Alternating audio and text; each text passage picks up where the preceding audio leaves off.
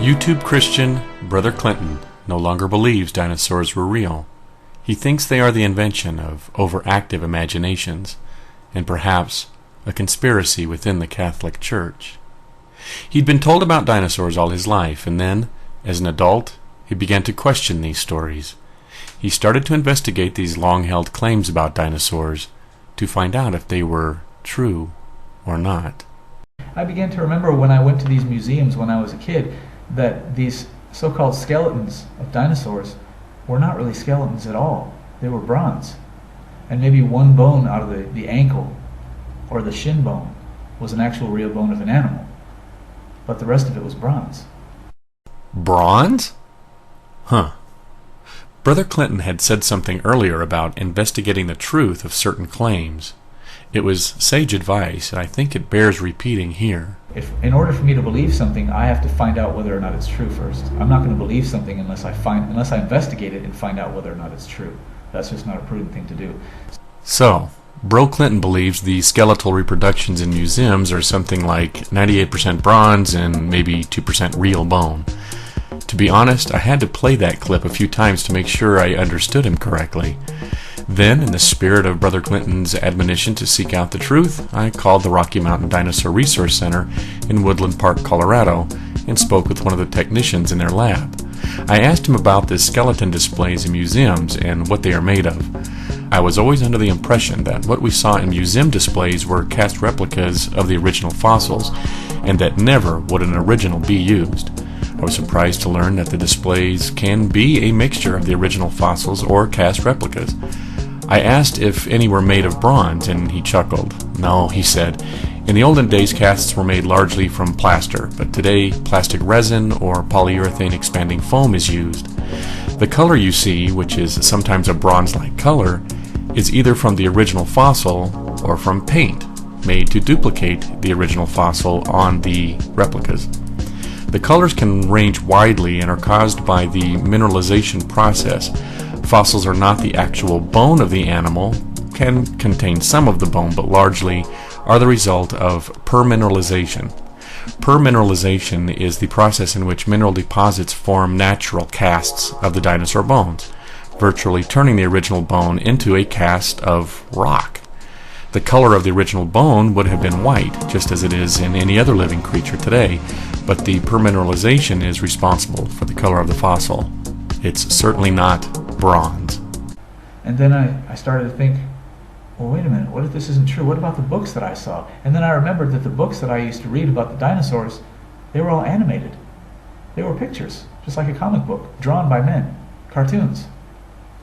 You mean like this? And this?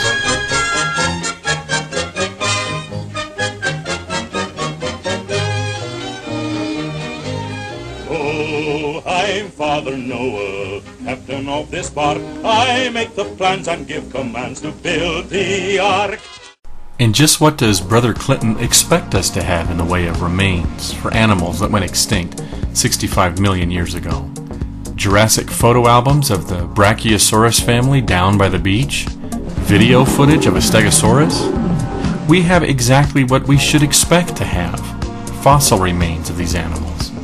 We certainly have more from these creatures than theists do for their God, than true believers have for the biblical exodus from Egypt, or for a dead man rising from a grave. And this is where the going really gets good. There are creatures in the earth that are similar to what people think dinosaurs are. There is a creature in the earth called a dragon. Okay, he's called Leviathan in the 41st chapter of Job.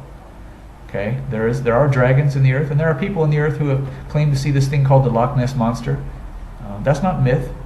It's a dragon that they're seeing. There are dragons in the earth. They live under the ocean, and it is possible that at some point in time, skeletons or partial skeletons of these dragons may have been found. So it's possible to find dragon bones, but dinosaur bones, not a chance, huh? Just a myth. Just how much research has Brother Clinton really done? Loch Ness? Seriously? The Loch Ness Monster is real, it's just a dragon. This is what his diligent research has overturned. What's next? Bigfoot is actually a Nephilim from Genesis 6:4? But dig this. There are also elephants in the earth. Oh no! Ellie's mine! But I testify to you that these creatures that are called dinosaurs are non-existent. Testifies. He testifies that dinosaurs were not real. Well, praise God. That's good enough for me. That when you go to these paleontological exhibits and you see these so-called skeletons of dinosaurs, find the curator of the museum or find the person who's responsible for that exhibit and ask them just exactly how much of that skeleton is actual bone and how much of it is a bronze sculpture. And you'll find out that it's a sculpture. It's art. It was made in an art room, in a so-called laboratory. Yeah, Brother Clinton, I did. And I didn't ask a loaded question like, how much of that skeleton is actual bone? Of course, due to the fossilization process, very little of the skeletal remains we find are actual bone. Are you as skeptical of the remains of Pompeii after the Vesuvius eruption? See these photographs? They are casts taken of people who died in that city. They died in that volcanic disaster, and their bodies were buried instantly beneath ash. Researchers discovered that the bodies created hollow cavities in the solidified ash that covered them. If they injected plaster into these hollows, they were able to make molds of the bodies. So what's the problem with minerals essentially doing the same thing in dinosaur bone that the plaster did in the Pompeii body cavities? When conditions are right, minerals fill in and replace bone, solidifying into what we call a fossil. When the fossil is unearthed, very little if any actual bone still remains, but that doesn't mean the minerals have not formed a representative cast of the bone that had long since decayed away. So the next time you go to one of these paleontological exhibits, find the curator of the museum, or find the person who is responsible for that exhibit, or even visit a library or pick up the phone and call the Rocky Mountain Dinosaur Resource Center in Woodland Park, Colorado, and ask them intelligent questions. You'd be surprised how much you can learn with just a modicum of effort if you drop your theological defense shields. The same thing with these so-called prehistoric men. There was a case one time where they had this man called Piltdown Man, and they claimed that he was so many millions of years old. Well, it turned out by some investigation that it was a creation made by a man in a laboratory, and it started from a tooth that came from a pig. And who did the investigations? Who uncovered the fraud? Scientists did. And that one example has two important lessons. One, just because one fraud was uncovered, it has no bearing on the other examples of human ancestry. And two, the Piltdown Man episode is evidence of how science is self-correcting. Frauds will be caught and overturned. The Piltdown Man hoax was able to stymie folks for a number of years, and the reasons for its ability to remain undetected make an interesting story in and of itself. You should read up on it sometime, rather than just spit out the punchline. And the wrong punchline at that. For a guy who claims to investigate the truth of every matter before he accepts or rejects it, you can't even get your hoaxes straight. The pigtooth incident was regarding Nebraska Man. Piltdown Man was something entirely different. December 1912, London. A new fossil contender for the title of Missing Link is about to be unveiled at the very center of the scientific establishment. This time, the experts were ready to be convinced, because this was the perfect ape man, and it was British. There was this tremendous rivalry between Britain and Germany building up to the First World War, both nationalistic, artistic, and certainly scientific. And the fact that Britain had nothing to match the Neanderthal find, I think, was a factor in the success that Piltdown had. Once it was delivered, here was evidence that we could match anything the Germans had. Gentlemen, may I introduce you to Piltdown Man. The reconstructed skull shows the exact combination of features everyone has expected to find in a missing link. What they felt at that time, that the essence of humanity, the essence of being human, was the large brain size. And their concept of the missing link was a large brain mixed up with some ape-like characteristics. And this is, of course, what Piltdown Man was. What Piltdown delivered was what many British experts were hoping for. something that seemed to have a large brain in a modern-shaped brain case, although rather thick and primitive, and in the jawbone we have evidence of a much more ape-like jaw and teeth. And this weird combination was what actually some British experts had predicted, that the brain had grown large early on in human evolution, but the teeth and jaws lagged behind. And Piltdown seemed to show that, and what was more, it was British.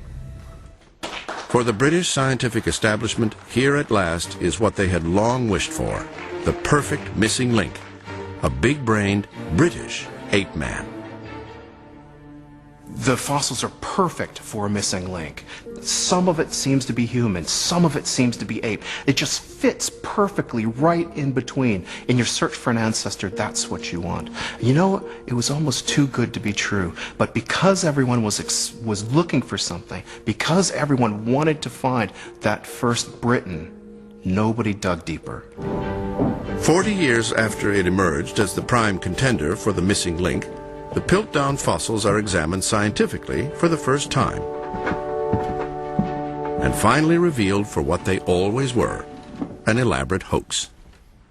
There was embarrassment and puzzlement, astonishment, disbelief in some cases that this thing was not genuine. But I think for the greater world of science there was relief, particularly outside of Britain, because so many people by then had decided there was something peculiar about Piltdown, even if they couldn't put their finger on it. At the Natural History Museum in London, scientists decide to apply some newly available chemical tests. But as soon as a sample is drilled from the jawbone, they notice something strange.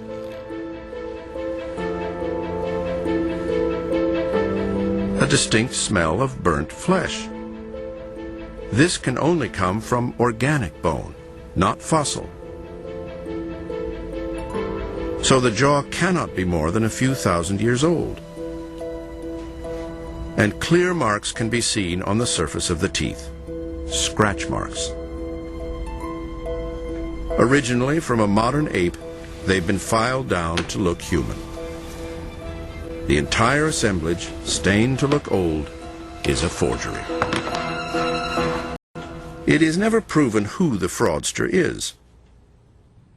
But with the demise of Piltdown, an old idea dies with it. That a big brain was the defining factor in the missing link. Okay, the Bible testifies that man was created on the earth about 6,000 years ago. And that's when it happened. You can go through the scripture from Adam to Noah and to Abraham, and you can see exactly how old everybody was before they had their children and how old their children were. And you can see that it's been 6,000 years since the creation of Adam in the Garden of Eden. Adam, Noah, Abraham. You mean those guys for which the only evidence we have are... Hannah, please, don't do it! Oh, no. He bit it.